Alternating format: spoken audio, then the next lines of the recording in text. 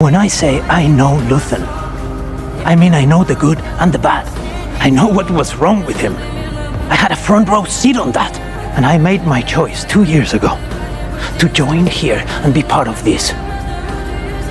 But none of that can take away what he did and how hard it was. Everything I did for the rebellion. And every time I walked away from something I wanted to forget, I told myself it was for a cause that I believed in. A cause that was worth it. Without that, we're lost. Everything we've done would have been for nothing. I couldn't face myself if I gave up now.